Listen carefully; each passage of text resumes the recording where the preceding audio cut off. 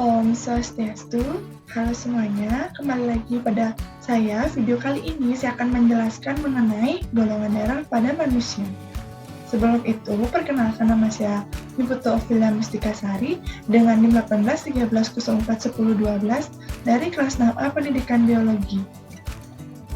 Adapun topik yang akan saya bahas pada video kali ini yang pertama yaitu tujuan, kedua landasan teori, ketiga alat dan bahan, keempat petunjuk pelaksanaan, dan yang terakhir yang kelima pertanyaan-pertanyaan.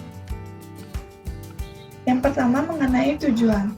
Adapun tujuan pada materi kali ini yaitu menentukan golongan darah seseorang dengan sistem AB0 dan juga resus. Selanjutnya yang kedua yaitu landasan teori.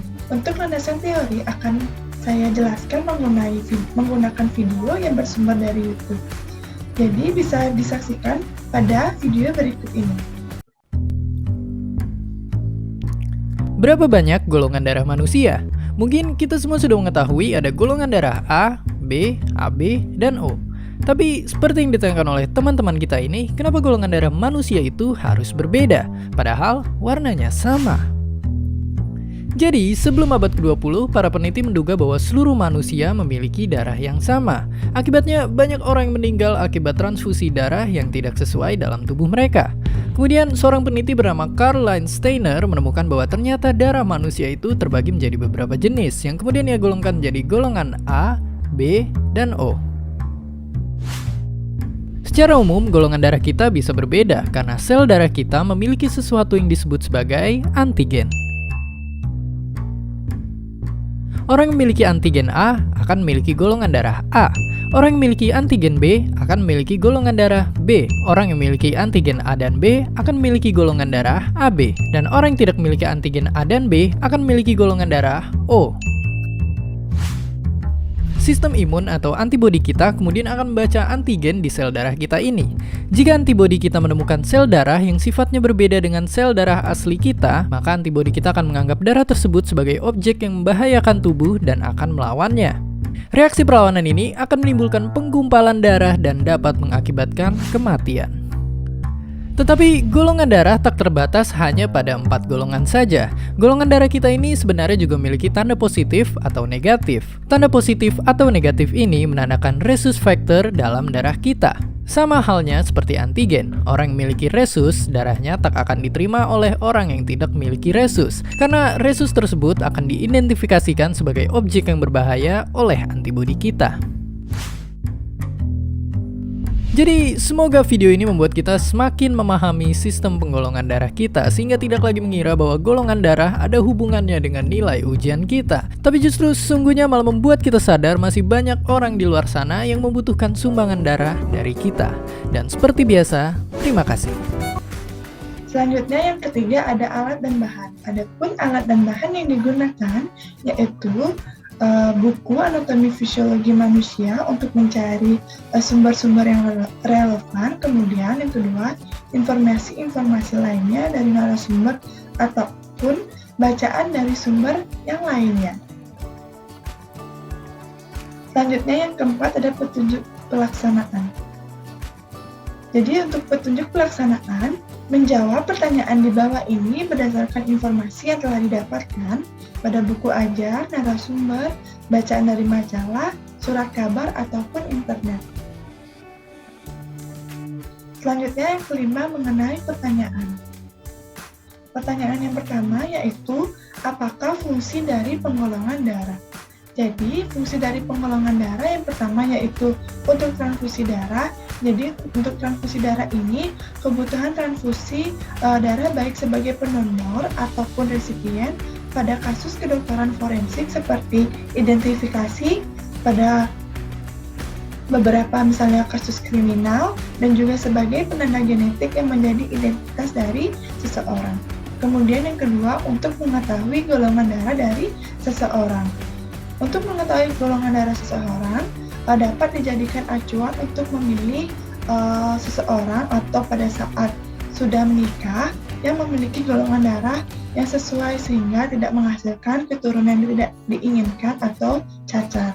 Kemudian yang ketiga, menghindari penyakit-penyakit tertentu seperti penyakit hemolisis adalah pecahnya membran eritrosit sehingga hemoglobin bebas ke dalam medium sekelilingnya atau plasma.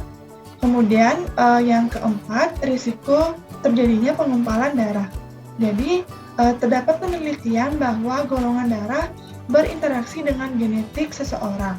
Untuk risiko trombosit vena atau DVT yang bisa menyebabkan pembekuan darah di organ kita bagian kaki bawah, kemudian pembekuan darah ini dapat juga mengalir ke organ-organ lainnya seperti paru-paru. Selanjutnya, pertanyaan yang kedua, pada transfusi darah, sistem penggolangan darah, apakah yang umumnya harus diperhatikan? Kemudian, mengapa demikian? Uraikan pendapat Anda. Jadi, yang harus diperhatikan di dalam melakukan transfusi darah, yang pertama yaitu golongan darah dari donor dan juga resipien. Jadi, golongan darah sistem AB0 didasarkan pada adanya antigen di dalam sel darah merah atau eritrosit. Orang dengan golongan darah A memiliki antigen A, sedangkan pemilik darah B memiliki antigen B, dan orang dengan golongan AB memiliki kedua jenis antigen tersebut. Sebaliknya, pada pemilik golongan darah 0 tidak memiliki antigen apapun. Pemilik golongan darah A dan B masing-masing hanya dapat menerima dari golongannya atau golongan darah 0. Pemilik golongan darah AB dapat menerima semua golongan darah. Kemudian pada pemilik golongan darah 0 hanya dapat menerima dari golongan darah 0 saja. Selain sistem AB0, juga ada sistem resus. Berdasarkan ada tidaknya antigen resus pada dinding sel darah merah seseorang. Orang dengan golongan resus positif dan negatif hanya dapat menerima dari golongan yang sama. Kemudian ada tidaknya penyakit di dalam darah. Beberapa penyakit berbahaya dapat ditularkan dari transfusi darah. Misalnya seperti penyakit AIDS yang menular ketika darah yang mengandung virus HIV ditransfusikan ke dalam darah seseorang. Kemudian ada komponen darah yang ditransfusikan, ada kondisi pasien. Jadi kondisi pasien sangat berpengaruh atau sangat diperhatikan jika transfusi yang dilakukan dapat memerlukan komposisi darah yang berbeda-beda. Selanjutnya, terdapat volume darah yang diperlukan. Kondisi pasien yang berbeda-beda memerlukan jumlah sel darah yang berbeda-beda pula.